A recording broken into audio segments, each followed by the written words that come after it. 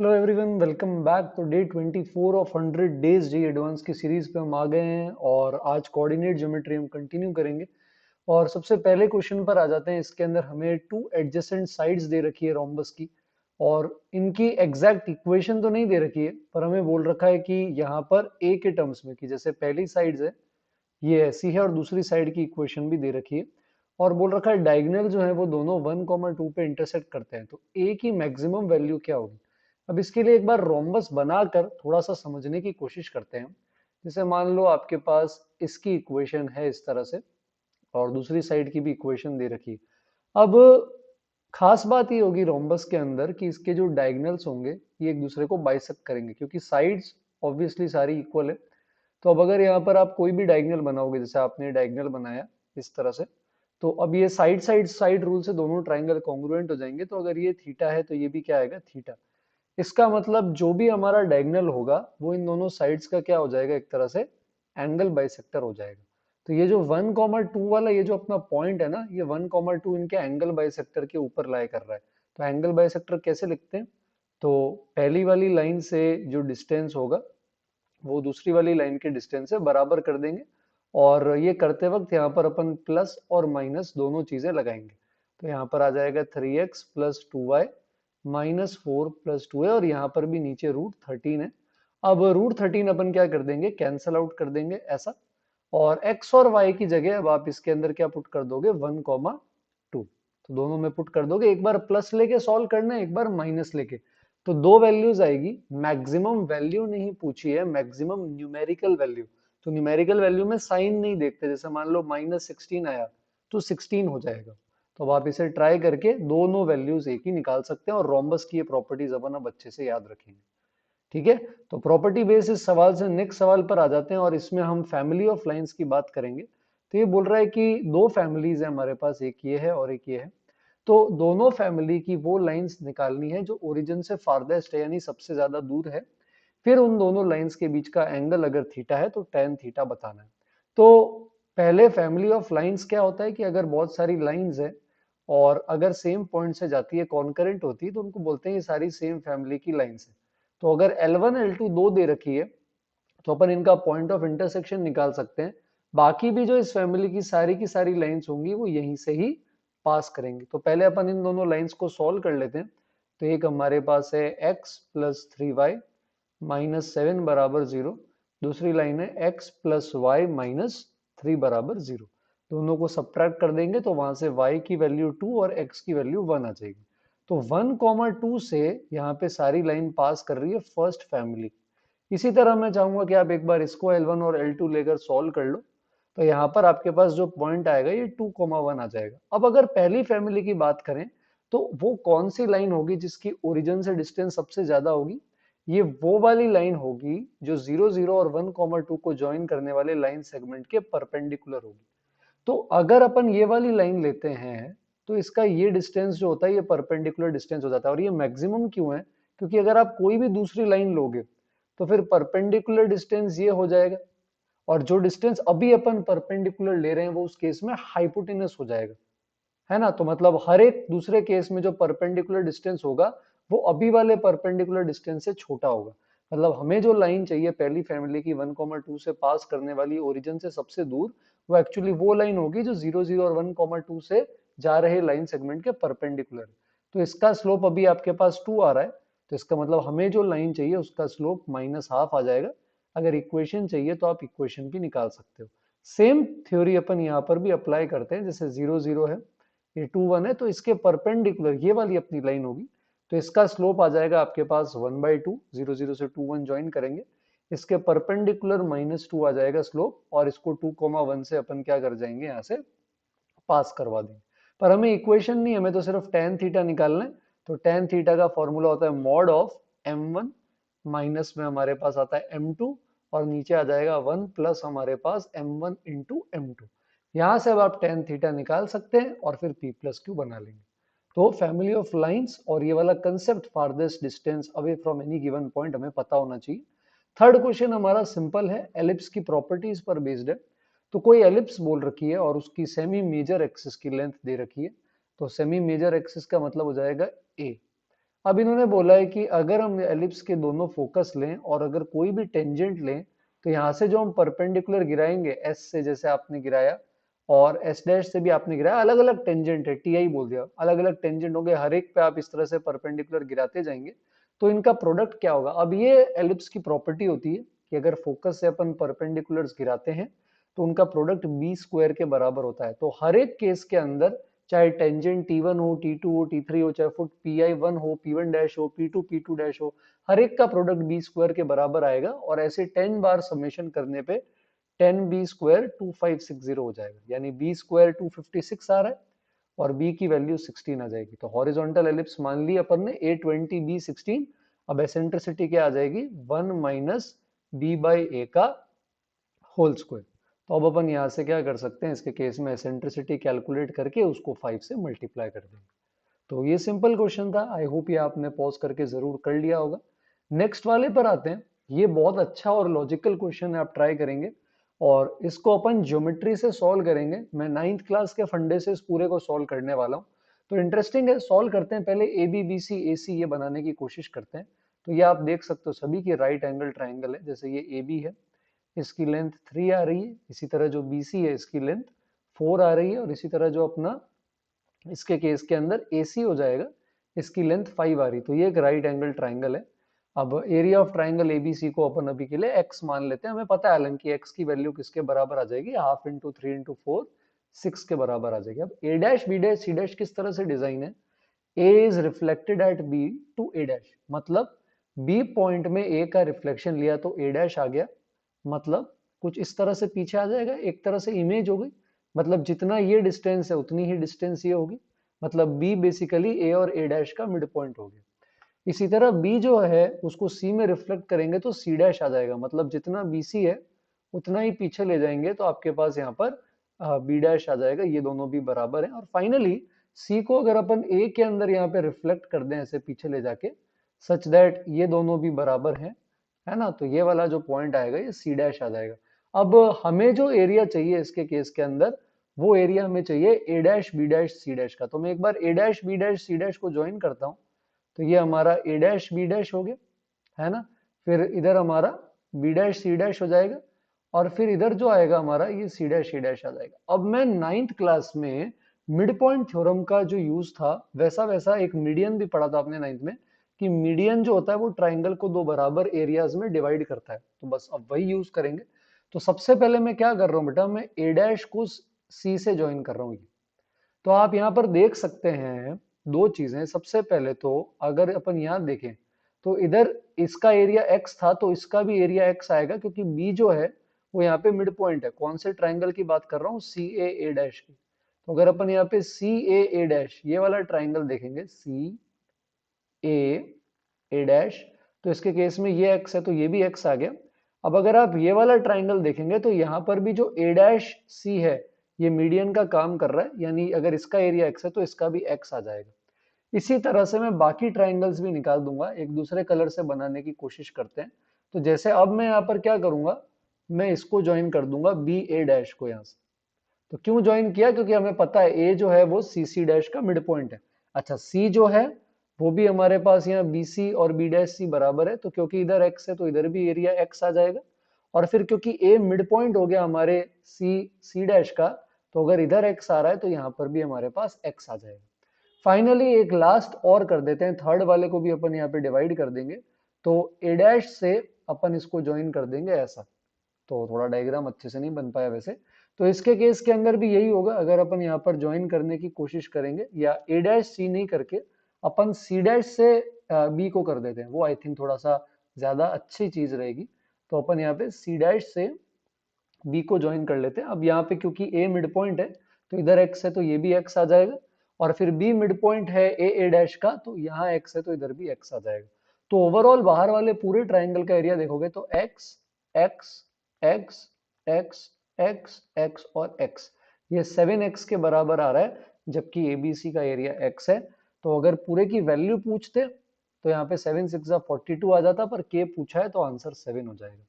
तो ज्योमेट्री जो आप पढ़ी है 9 10 में वो हमेशा यूज होगी, तो प्लीज उसको ध्यान रखें और इस लॉजिकल क्वेश्चन को आप दोबारा भी ट्राई करेंगे। नेक्स्ट वाले पर आ जाते हैं। कोऑर्डिनेट के कुछ क्वेश्चंस हमारे लेंदी भी हो सकते हैं। तो यहाँ पर नेक्स्ट क्वेश्चन के अंदर इन्होंने फैमिली ऑफ लाइंस का यूज किया है। तो इन्होंने क्या बोला एक बार पढ़ो। y बराबर x एक सर्कल को टच कर रहा है फर्स्ट क्वाड्रेंट में, such that distance of p from origin is 5√2। तो ये थोड़ा सा काम इन्होंने आसान कर दिया। y बराबर x फर्स्ट क्वाड्रेंट में सर्कल को टच कर रहा है और वो सर्कल y एक्सिस पे इंटरसेप्ट 5 बना रहा है। तो वो इस तरह से भी जा सकता है सर्कल, और क्योंकि इंटरसेप्ट की यहाँ पे लेंथ ही दे रखी है तो वो ऐसे भी जा सकता है। हालांकि क्योंकि लेंथ दे रखी है इसलिए 5 ले रहे हैं, इंटरसेप्ट होता तो फिर पॉजिटिव का ही 5 लेते। तो अब ये पॉइंट निकाल सकते हो क्योंकि डिस्टेंस 5√2 है और y बराबर x 45 बनाता है, तो 5√2 cos 45 sin 45, तो 5,5 आ जाएगा ये पॉइंट। यानी एक ऐसा सर्कल हो गया जो एक गिवन लाइन y बराबर x को 5,5 वाले पॉइंट पे टच करता है।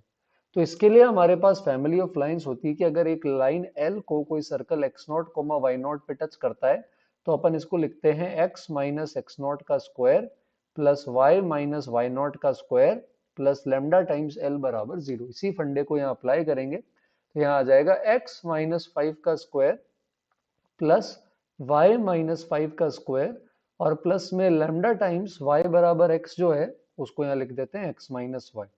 अब लैम्डा अगर आ गया तो सर्कल आ जाएगा और फिर अपन एबीसी निकाल पाएंगे। तो अब लैम्डा निकालने के लिए y इंटरसेप्ट पे जो लेंथ y एक्सिस पे जो इंटरसेप्ट होता है 2√f² माइनस सी, इसको 5 के बराबर कर देंगे। तो पहले इसे एक्सपेंड करेंगे पूरा, तो आपके पास आएगा x² y² lambda minus 10x, साथ में आपके पास आएगा minus lambda minus 10y plus 50 बराबर 0। तो अब आपके पास यहाँ से आ जाएगा 2√f² है ना, 2f हमें पता है तो f² माइनस सी, इसको आप बराबर कर देंगे 5 के। तो यहाँ से जब सॉल्व करेंगे स्क्वायर करके तो लैम्डा की दो वैल्यूज आएगी। दोनों ही केस में सर्कल अलग आएंगे पर जो वैल्यू उन्होंने पूछी है a प्लस बी प्लस सी वो सेम आएगी। तो वो अब आप यहाँ से निकाल सकते हैं। तो फैमिली ऑफ सर्कल्स की ये जानकारी हमें याद रखनी है। नेक्स्ट वाले सवाल पर आते हैं अपन। नेक्स्ट क्वेश्चन के अंदर हमें फिर से रोम्बस की प्रॉपर्टी का यूज करना है जो अपन ने क्वेश्चन नंबर 1 में डिस्कस करी थी, पर इस बार साइड की इक्वेशन नहीं दे रखी है। हमें सिर्फ इतना बोला गया है कि साइड इनके पैरेलल है। तो अगर अपन यहाँ पे रोम्बस बनाते हैं तो हमें साइड की इक्वेशन नहीं पता, बस इतना पता है कि इसके पैरेलल है। तो इसका स्लोप -1 है तो इसका भी स्लोप -1 आ जाएगा। इसी तरह अगर दूसरी वाली साइड का स्लोप देखोगे तो ये 7 है तो इसका भी 7 आ जाएगा। फिर से रोम्बस के डायगोनल इंटरसेक्ट कहाँ करते हैं वो पॉइंट आपको दे रखा है। ये पॉइंट आपको दिया है 1,3। वर्टेक्स ए निकालना है जो इस पे लाई करेगा। तो लाइन पे कभी भी अगर आपको पैरामीट्रिक फॉर्म में जनरल पॉइंट लेना है तो आप x को t ले लो, y भी t के टर्म्स में आ जाएगा। तो अगर आप x को t रखोगे तो y 2t आ जाएगा। तो बोल रहा है जितनी भी t की वैल्यूज पॉसिबल है, दो आएंगी यहाँ से हम देखेंगे, उन दोनों का सम निकालेंगे और फिर उसका इंटीजर पार्ट लेंगे। तो अब यहाँ पर अपन एंगल बाइसेक्टर का स्लोप निकाल लेते हैं। एंगल बाइसेक्टर का स्लोप कैसे निकाल लेंगे कि मान लो एंगल बाइसेक्टर का स्लोप m है, तो इसका मतलब m1 के साथ जब फॉर्मूला लगाएंगे tan थीटा का m1 minus m2 1 plus m1 into m2, और tan थीटा का फॉर्मूला जब अपन 7 के साथ लगाएंगे तो ये स्लोप सेम आना चाहिए। तो यहाँ से अब अपन m की सारी वैल्यूज निकाल सकते हैं जो भी पॉसिबल है। तो यहाँ पर हमारे पास सॉरी ये नीचे माइनस आएगा, तो ऊपर m माइनस 1 है, ये 1 प्लस 7m इससे मल्टीप्लाई कर देंगे इधर, तो 1 प्लस 7m आ जाएगा, राइट साइड के अंदर आ जाएगा प्लस या माइनस का 1 plus m into M minus 7। तो एक बार जैसे मैं आपको फॉर एग्जांपल प्लस का लेकर बताता हूँ, तो लेफ्ट साइड में 7m² minus 7m plus m -1 है, प्लस का लेंगे तो राइट साइड में m² minus 7m plus m और -7, आई थिंक ऐसा कुछ आएगा। कैलकुलेशन एक बार आप दोबारा ट्राई कर लेंगे तो बेहतर रहेगा। तो 6m² माइनस 6 आएगा, तो ये केस तो रिजेक्ट हो गया, पॉसिबल ही नहीं है, m² नेगेटिव नहीं होगा। दूसरे केस के अंदर अगर आप नेगेटिव वाला स्लोप लेकर चलेंगे तो फिर आपके पास राइट साइड में -m² प्लस 6m प्लस 7 ऐसा कुछ आएगा।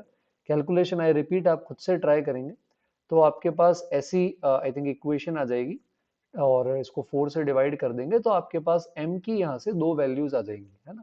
तो यहाँ से अगर अपन सॉल्व कर सकें तो m की वैल्यूज निकाल सकते हैं। जो भी दोनों वैल्यूज यहाँ पर आएगी आप इसे -4m प्लस m में ब्रेक कर देंगे तो एक वैल्यू m की आई थिंक 2 आएगी और एक वैल्यू -1/2 आएगी। तो ये जो दोनों ये स्लोप्स पॉसिबल हैं, अब आप यहाँ पर इसका स्लोप निकाल लेंगे, ये हो जाएगा 2t minus 3 upon t minus 1। इसको इन दोनों के बराबर करके आप t की यानी x कोऑर्डिनेट की दोनों वैल्यूज निकाल के ऐड कर सकते हैं। तो अगेन रोम्बस की प्रॉपर्टी फिर से याद दिला दूं, ये बहुत ज्यादा इंपॉर्टेंट है और हमें इसे भूलना नहीं। ठीक है, अब यहाँ पर 327 वाला जो दे रखा है, नेक्स्ट क्वेश्चन पर आते हैं। यहाँ पर बोला है अल्फा कॉमा बीटा से हमने 3 नॉर्मल गिराए हैं वाई स्क्वायर बराबर 8x पे, जो ए बी सी 3 पॉइंट पे मिल रहे हैं, है ना। तो एक बार पहले मैं आपको डायग्राम बना के समझा देता हूँ। तो ये आपका स्टैंडर्ड पैराबोला है वाई स्क्वायर बराबर 4ax टाइप का, बस यहाँ पर a की वैल्यू 2 के बराबर है। पी पॉइंट आपका पॉइंट है ये वाला अल्फा कॉमा बीटा, और यहाँ से आपने 3 नॉर्मल बनाए हैं, 3 को नॉर्मल पॉइंट होंगे जहाँ से तीनों नॉर्मल जा रहे हैं एबीसी। ठीक है, तो ये हो जाएंगे वही आपके 81 square to 81, 82 square to 82, 83 square to 83, so on. और ये नॉर्मल अलग अलग जगह कट कर रहे हैं ना, क्यू आर है ना, इनको एस, तो O Q O R O S है ना, तीनों नॉर्मल के एक्स इंटरसेप्ट का आपको सम बताना है। ये मैंने आपको क्वेश्चन समझाया है। अब अगर आपसे नहीं हुआ तो अपन डिटेल में सॉल्यूशन देखेंगे। तो यहाँ पर आप पहले नॉर्मल देखो, नॉर्मल की इक्वेशन होती है स्टैंडर्ड पैराबोला में y प्लस एक्स टी बराबर A T cube plus 2at। तो ये फॉर्मूला अपन ने अप्लाई कर दिया।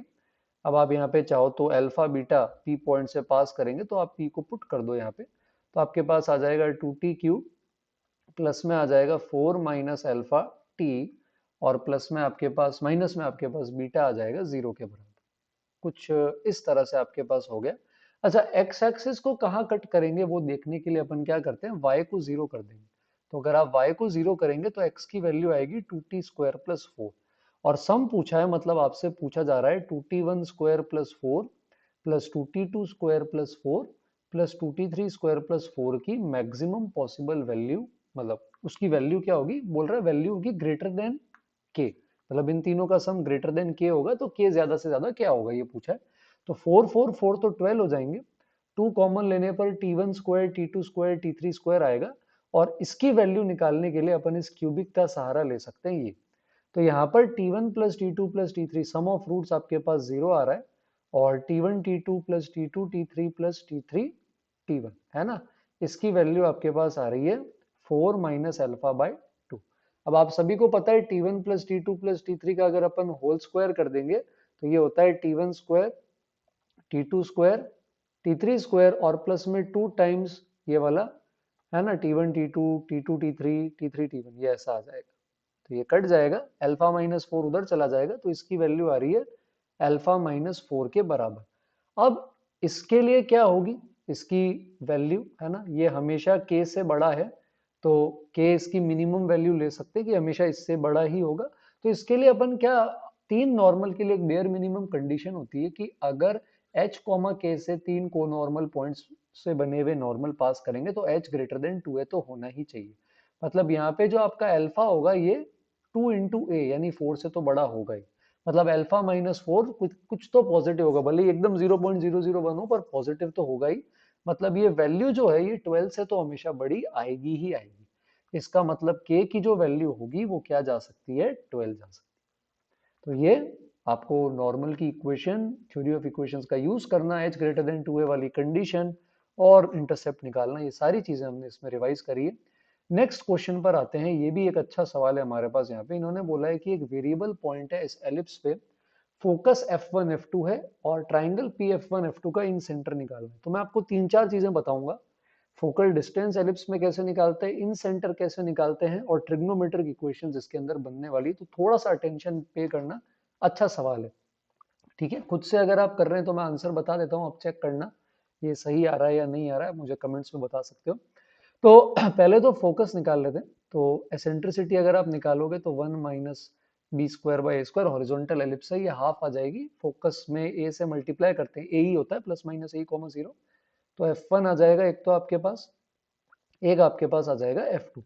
अच्छा, पॉइंट अगर आपको कोई भी लेना है एलिप्स पे तो आप पैरामीट्रिक फॉर्म में लेंगे, है ना, a cos theta b sin theta. तो ये आ जाएगा 2 cos थीटा कॉमा में साथ में आ जाएगा आपके पास √3 sin थीटा। अब इसके इन सेंटर के लिए, इन सेंटर का फॉर्मूला आप लोग देखें, इन सेंटर का फॉर्मूला होता है ax1 plus bx2 plus cx3 upon में आपके पास आएगा a प्लस बी प्लस सी, और साथ में आपके पास आ जाता है ay1 plus by2 plus cy3, और अपॉन में यहाँ पर भी हमारे पास आ जाता है a प्लस बी प्लस सी, जहाँ a b और c साइड्स हैं जो x1 y1 x2 y2 x3 y3 के सामने वाली साइड है, मतलब x1 के सामने a साइड होगी। तो मतलब जैसे इसको हम x1 y1, इसको x2 y2 x3 y3 मान सकते हैं, तो साइड लेंथ चाहिए। तो अब इसके अंदर एलिप्स में क्या करते हैं, ये प्रॉपर्टी होती है कि फोकस से डिस्टेंस होगा वो ई टाइम्स डायरेक्ट्रिक्स से डिस्टेंस के बराबर होता है, तो ये इंपॉर्टेंट प्रॉपर्टी होती है। तो आप यहाँ से डिस्टेंस फॉर्मूला मत लगाओ, इसकी जगह आप क्या करो, जो आपकी डायरेक्ट्रिक्स होगी, डायरेक्ट्रिक्स होती है ए बाय ई के बराबर, है ना। तो डायरेक्ट्रिक्स क्या आ जाएगी इसके पास, डायरेक्ट्रिक्स आ जाएगी अगर अपन यहाँ पे लें तो क्या हो जाएगा, ए बाई ई। तो मैं डिराइव ही कर देता हूँ, तो ए बाई ई से ये डिस्टेंस लेंगे इसके एक्स कोऑर्डिनेट का, तो a by e minus a cos theta आएगा। ई से मल्टीप्लाई कर देंगे क्योंकि यहाँ ई है, तो ये बन जाएगा ए माइनस ए ई कॉस थीटा। ए हमारा 2 है और ये हमारा हाफ है, तो ये लेंथ आ जाएगी हमारे पास 2 माइनस कॉस थीटा। इसी तरह यहाँ से लोगे तो यहाँ माइनस ए बाई है, तो उसके केस में बस यहाँ प्लस आ जाएगा, माइनस माइनस प्लस, तो ये वाली लेंथ आ जाएगी 2 प्लस कॉस थीटा, और दोनों फोकस के बीच की डिस्टेंस 2 आ रही है। अब अपन यहाँ पर रेडी है इसके अंदर इन सेंटर का फॉर्मूला अप्लाई करने के लिए। तो 2 के सामने है 2 कॉस थीटा, फिर 2 प्लस कॉस थीटा के सामने है 1, और यहाँ पर इसी तरह 2 माइनस कॉस थीटा के सामने हमारे पास आ रहा है -1। तो 2 प्लस कॉस थीटा और -1 से भी अपन यहाँ पर मल्टीप्लाई कर देंगे, तो आ जाएगा -2 प्लस कॉस थीटा, और अपॉन में सारी side 2 plus cos theta 2 minus cos theta 2 add कर दोगे तो ऊपर भी 6 कॉस थीटा आएगा, ये 2 तो कट जाएगा, नीचे 6 है, तो इन सेंटर का एक्स कोऑर्डिनेट कॉस थीटा आ रहा है जो कि हमारा ए है, ठीक है। फिर y कोऑर्डिनेट के लिए अपन क्या करेंगे, 2 into root three sine theta, तो 2 रूट थ्री साइन थीटा के बराबर आ जाएगा, लेकिन यहाँ पर y कोऑर्डिनेट 0 है तो इससे कुछ नहीं मिलेगा, है ना। और ये हमारे पास आ गया, नीचे 6 आ जाएगा, तो ये बन जाएगा b वाला बन जाएगा root three sine theta by 3 के बराबर। लेकिन हमें यहाँ पर क्या करना है, इसको 3/2 से मल्टीप्लाई भी करना है, तो अब यहाँ पर अपन a प्लस 3b/2 करेंगे, तो cos theta plus root 3/2 sine theta ये आ गया। अब हमें देखना है कि इसकी इंटीग्रल वैल्यूज क्या हो सकती है, तो इसके लिए cos थीटा प्लस अगर अपन root three sine theta by 2 की बात करें, तो a cos theta plus b sine theta इसकी अपन रेंज निकाल सकते हैं ट्रिग्नोमेट्री से। तो ये आई होप आप सभी ने ट्रिग्नोमेट्री में पढ़ा होगा कि अगर अपन a cos theta plus b sine theta लेते हैं तो इसकी मैक्सिमम वैल्यू जो होती है ये root of A square plus B square के बराबर होती है, और मिनिमम वैल्यू जो होती है वो माइनस में root of A square plus B square के बराबर होती है। अब हमारे पास यहाँ पर cos थीटा है और साथ में प्लस के अंदर हमारे पास रूट 3/2 साइन थीटा है, तो मैक्सिमम वैल्यू जो इसकी आएगी ये 1 प्लस 3/4 आ जाएगी, और मिनिमम वैल्यू यहाँ से जो आएगी बेटा ये माइनस में 1 प्लस 3/4 आ जाएगी, यानी कि ये -√7/2 से लेकर के √7/2 के बराबर है। √7 आपका 2.6 से 2.7 के बीच में होता है, तो ये 1.35 से -1.35 है। अब इसके बीच में तीन ही इंटीजर होते हैं, एक होता है -1, एक होता है 0 और एक होता है 1। तो इसका मतलब अब आपको ये चेक करना है कि आपका cos theta plus √3/2 sine theta ये -1 कब होगा, cos theta plus √3/2 sine theta ये 0 कब होगा, और cos theta plus √3/2 sine theta ये 1 कब होगा, subjected to the condition eccentric angle जो अपन यहाँ पर लेते हैं एलिप्स में ये -π से π है। तो यहाँ से मैं अगर अब आपको यहाँ पर छोड़ रहा हूँ सॉल्व करने के लिए, तो आपको सिर्फ नंबर ऑफ रूट्स निकालने, बेटा एग्जैक्ट वैल्यू नहीं निकालनी है। तो आप खुद से ट्राई करेंगे तो देखेंगे इसके 2 सॉल्यूशंस आएंगे, है ना। इसका मेरे ख्याल में आई थिंक एक ही सॉल्यूशन आएगा, एक बार आप वापस खुद से चेक करेंगे, और ये 2 ओवरऑल आई थिंक 5 आएंगे। तो आप एक बार ट्राई करके मुझे बता सकते हैं कि सर हमारे पास ये सारी वैल्यूज आ रही हैं, ये सारी वैल्यूज हमारे लिए इसके केस के अंदर पॉसिबल है। तो ये वाला आपको ट्राई करना है, 5 है या 6 एक बार आप मुझे बता देना, इसकी एक आ रही है या 2 आ रही है, ओवरऑल आपको देखना है कितनी वैल्यूज। तो अच्छा था सवाल, ट्रिग्नोमेट्री, इन सेंटर, एलिप्स की प्रॉपर्टी सब कुछ आ गया, और एंड में आप मुझे कमेंट में इसका आंसर बताएंगे, मैं आपकी वेट करूंगा। और एक बहुत ही लेंदी सवाल पर आ गए, थोड़ा सा मतलब कई बार एडवांस में भी कंफ्यूज करने के लिए सिंपल सवाल को लेंथी बना दिया जाता है, सिर्फ मेंस में नहीं करते। तो 3 एलिप्स है E1 E2 E3, है ना। और E3 के आपको क्या करना है, एरिया एलिप्स का क्या होता है, अगर small a small b semi major semi minor है तो पाई ए बी आपका एरिया होता है। तो सबसे पहले बोला है एलिप्स E2 का जो एरिया आपके पास आ रहा है वो E3 वाला जो एरिया बनेगा। E3 पे कौन सा एरिया, कि भाई ये जो हमारी E3 वाली एलिप्स है, हम इसके लेटेस्ट रेक्टम के एंड पॉइंट्स पे टेंजेंट बना देंगे, ऐसे 4 एंड पॉइंट होते हैं, चारों पे टेंजेंट बनाएंगे, तो जो क्वाड्रिलेटरल यहाँ पे बनेगा इसका एरिया बोल रहे हैं। तो मैं इस ट्राइंगल का एरिया निकाल दूंगा और उसका मैं फिर 4 टाइम्स कर दूंगा। तो उसके लिए मुझे LR के एंड पॉइंट्स पता होने चाहिए, वो होते हैं AE, बी स्क्वायर बाय एक हॉरिजॉन्टल एलिप्स के लिए। तो 45 से अगर आप डिवाइड करोगे तो x² bye 9 plus y² bye 5 बराबर 1। ये आपकी एलिप्स आ जाएगी। एसेंट्रिसिटी अगर आप यहाँ से निकालोगे 1 माइनस 5/9 का स्क्वायर रूट, तो 1 माइनस 5/9 का स्क्वायर रूट करेंगे तो वो आ जाएगा हमारे पास 2/3। और ई हमारी यहाँ पर आई थिंक 2/3 हो गई है। ए से मल्टीप्लाई कर लो, ए 3 है तो 2 आ जाएगा, और बी स्क्वायर बाय 5/3 ऐसा हो जाएगा। कैलकुलेशन अगेन आप वापस चेक करेंगे। अब टी बराबर 0 से टेंजेंट आ जाता है अगर पॉइंट ऊपर है, तो टी बराबर 0 करोगे तो 2x/9 प्लस में आ जाएगा 5y/15 और इक्वल टू 1। एलसीएम लेने पर आपको ये ट्राइंगल ये लाइन मिल जाएगी। और ये जो है सिमेट्रिकली ऐसे चारों टेंजेंट आपके पास हर अलग अलग जगह बनेंगे। तो एक का एरिया निकाल लेते हैं। तो यहाँ पे x 0 करेंगे तो y आ जाएगा x 0 करने पे 3, और y 0 करेंगे तो x आ जाएगा 9/2। तो इसका एरिया निकाल लेंगे एक ट्राइंगल का, और उसका फिर अपन 4 गुना कर देंगे बेस इंटू हाइट के साथ। तो ये 27 आ रहा है। और इसका बोल रहा है इसका 1/3 जो है वो एलिप्स E2 का एरिया है। तो एलिप्स के लिए अपन semi major semi minor A2 B2 ले लेते हैं। तो पाई A2 B2 इसकी वैल्यू हमारे पास आ जाएगी 9। एक इक्वेशन ये आ गई है। ठीक है, तो ये हमारे पास इस एलिप्स का एरिया हो गया। आगे बढ़ना शुरू करते हैं। बोल रहा है E1 E2 E3 सबकी एसेंट्रिसिटीज इक्वल है। तो सबकी एसेंट्रिसिटीज इक्वल है मतलब सबके अंदर रूट में पहली वाली एलिप्स में मान लो b1 square by a1 square है। इसी तरह दूसरी वाली एलिप्स में मान लो 1 minus b2 square by a2 square है। और तीसरी वाली एलिप्स में हमारे पास था 1 माइनस 5/9। ये सब बराबर है। तो अब आपके पास यहाँ से एक और इक्वेशन आ जाएगी कि b1 square by a1 square, या आप लोगे b2 square by a2 square, इन सब की जो वैल्यू है ये 5/9 के बराबर आ जाएगी। तो अब आपके पास a2 b2 के अंदर दो इक्वेशंस आ गई है। एक तो पाई a2 b2 ऑलरेडी 9 है, और एक ये आ गया। तो अब आप यहाँ से a2 b2 निकाल सकते हैं। b1 बाई a1 में एक इक्वेशन आई है, एक और इक्वेशन चाहिएगी। तो उसके लिए बोल रहा है मेजर एक्सिस E1 की लेंथ माइनर एक्सिस E2 के बराबर है, यानी कि 2 टाइम्स A1 जो होगा वो 2 टाइम्स B2 के बराबर होगा। तो अब आपको क्या करना है बेटा, सिंपल सी चीज है। आप पहले इन दोनों का यूज करो, इन दोनों का यूज करके आप पहले A2 B2 निकाल लो। B2 जब आप यहाँ रखोगे तो A1 आ जाएगा, और A1 जब आप यहाँ रखोगे तो B1 आ जाएगा। तो 1 2 3 और 4 से आपके A1 B1 A2 B2 आ जाएंगे। सर आपको कैसे पता दोनों एलिप्स हॉरिजॉन्टल है? क्योंकि इन्होंने बोला है दोनों की मेजर एक्सिस कॉमन है, दोनों टच कर रहे हैं, इसका यूज करने की जरूरत नहीं है। अब बोल रहा है कि find the area of ellipse E2 outside the ellipse E1। ये अब यहाँ पर यूज होगा। मान लो दोनों की मेजर एक्सिस सेम है, दोनों एक पॉइंट पर एक दूसरे को क्या कर रहे हैं, टच कर रहे हैं। तो जो एरिया चाहिए ये बाहर वाला चाहिए। तो इसके लिए अपन बाहर वाली एलिप्स में से E2 एलिप्स में से E1 का एरिया हटा देंगे, यानी कि पाई A2 B2 में से पाई A1 B1 हटा देंगे। तो पाई A2 B2 तो हमें पता है नहीं, पाई A1 B1 आप लोग निकालेंगे, है ना, और इनकी हेल्प से निकाल के आप आंसर तक पहुंच सकते हैं। तो लेंदी है बट इंटरेस्टिंग है, और आई होप आपको भी मजा आया होगा इस क्वेश्चन में। तो आगे बढ़ते हैं अपन, और आज के लास्ट क्वेश्चन पर आ जाते हैं इस कोऑर्डिनेट ज्योमेट्री के सेशन में। और इसके बाद जो हमारा नेक्स्ट कोऑर्डिनेट ज्योमेट्री का सेशन होगा वो हमारी 100 डेज की सीरीज का कोऑर्डिनेट का लास्ट सेशन होगा। और फिर उसके बाद हम ट्रिग्नोमेट्री स्टार्ट कर देंगे। नेक्स्ट सेशन में हम ना सिर्फ इंटीजर बट 6-7 इंटीजर्स के साथ 3-4 मैच द कॉलम्स भी देखने वाले हैं। तो बहुत मजेदार सेशन होने वाला है। फिलहाल आज के लास्ट क्वेश्चन पर आते हैं। Inside a semi circle of unit radius दो सर्कल बनाए हैं R1 और R2, और R1 प्लस R2 की मैक्सिमम वैल्यू बतानी। तो मैक्सिमम मिनिमम इनमें मैं पहले भी बात कर चुका हूँ, सिमेट्री का यूज कर सकते हैं। तो यहाँ पर अपन R1 और R2 दोनों को क्या कर सकते हैं, बराबर कंसिडर कर सकते हैं। तो इन दोनों के अंदर अपन शॉर्टकट यूज कर रहे हैं सिमेट्री का, और इन दोनों को बराबर कंसिडर कर रहे हैं। तो इसके केस के अंदर क्या होगा, मैं यहाँ पर ज्योमेट्री को कोऑर्डिनेट ज्योमेट्री में बदल रहा हूँ। तो मैं इस डायमीटर का सेंटर, जो यूनिट सर्कल का सेमी सर्कल का जो सेंटर, इसको 0 0 मान रहा हूँ।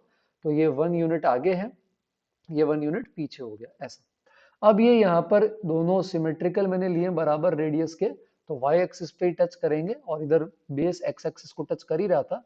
रेडियस दोनों का R1 और R2 में r मान रहा हूँ। तो इसका r, r आ जाएगा, और इसका आपके पास पीछे माइनस r, r आ जाएगा। अब आपको अगर r निकालना है तो अपन ये ज्वाइन कर लेते हैं, क्योंकि ये सेमी सर्कल इस सर्कल को इंटरनली टच कर रहा है। इसका सेंटर हमारा r, r है। तो सेंटर से ये जो डिस्टेंस होगा हमारे पास इस केस के अंदर अगर अपन देखेंगे C1 C2, ये बाहर वाला रेडियस माइनस अंदर वाले रेडियस के बराबर होगा, यानी r√2 1 माइनस r आ जाएगा।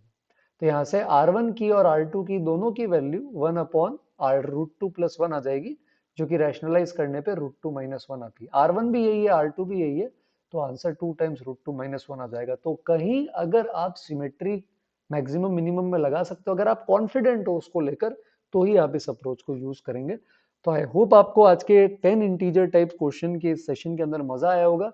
और कोऑर्डिनेट के हमारे 2-3 लेक्चर ऑलरेडी हो चुके हैं, अलजेब्रा कैलकुलस की हमारी पूरी सीरीज ऑलरेडी हो चुकी है, तो उस पर आप जरूर जाएं। कमेंट्स के अंदर मैंने पूरी प्लेलिस्ट का लिंक है ना, सारे पीडीएफ सेशन पीडीएफ का लिंक डाल दिया है। और भी मजेदार वीडियोस हैं, उन्हें देखें। कमेंट्स में बताएं कि आज 10 में से आपने कितने क्वेश्चंस किए हैं, और आपके फ्रेंड्स के साथ शेयर करें, देखते हैं वो 10 में से कितने करते हैं। और पसंद आया तो जरूर लाइक करें, और जो बच्चे नए हैं वो सब्सक्राइब करें। कल मिलते हैं कोऑर्डिनेट के लास्ट वीडियोस के साथ डे 25 पे। तो तब तक के लिए thank you everyone for being on the channel.